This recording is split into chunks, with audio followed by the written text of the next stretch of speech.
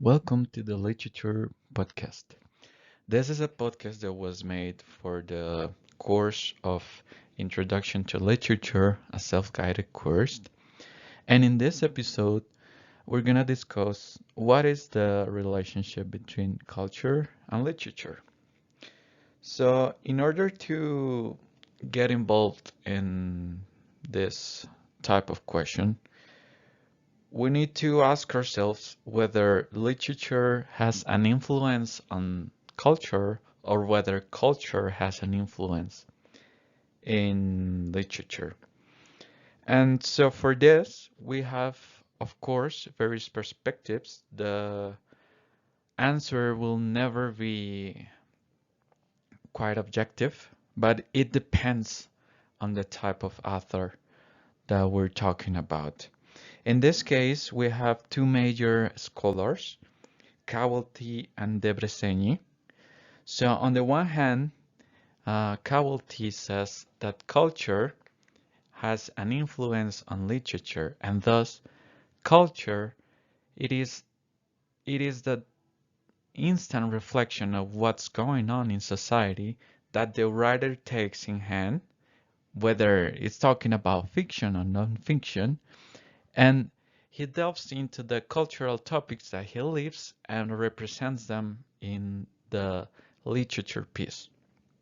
Whereas on the other hand, we have authors such as Debreceni, who says that it is literature that influences certain behaviors of our society. He calls them the social functions of literature. One good example of Debreceni is that before the 17th century, the idea of love did not exist as the one that we know in the present. It was common in that area to marry someone in exchange for something that was not love. In this case, for example, the annexation of a country, of a kingdom, the power over certain areas. So it was a common thing to not have this notion of love that we have in the present. It was until the 17th century that we started seeing this idea of Romanticism, the idea that there was someone who was perfect for us, who some literature writers call them the soulmate. So starting from this point, literature started influencing and annexing social functions into the functionality of the people. In this case, it changed the idea of love.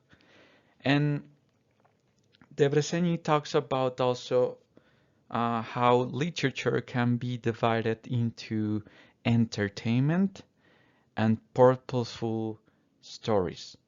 So on the one hand, we have the entertainment stories, whose sole purpose is to entertain us, to kill time. Whereas there is other type of literature who is to teach us something. And Debreceni talks that the biggest reference for purposeful reading is Dostoevsky. So we have Dostoevsky, for example, with War and Love, um, who talks about uh, stories that have the purpose of teaching you something. So there you have it, guys. This was the episode of what is the relationship between culture and literature. This is just the first step of the third unit. So I'm gonna see you in the next one. Thank you for listening and take care.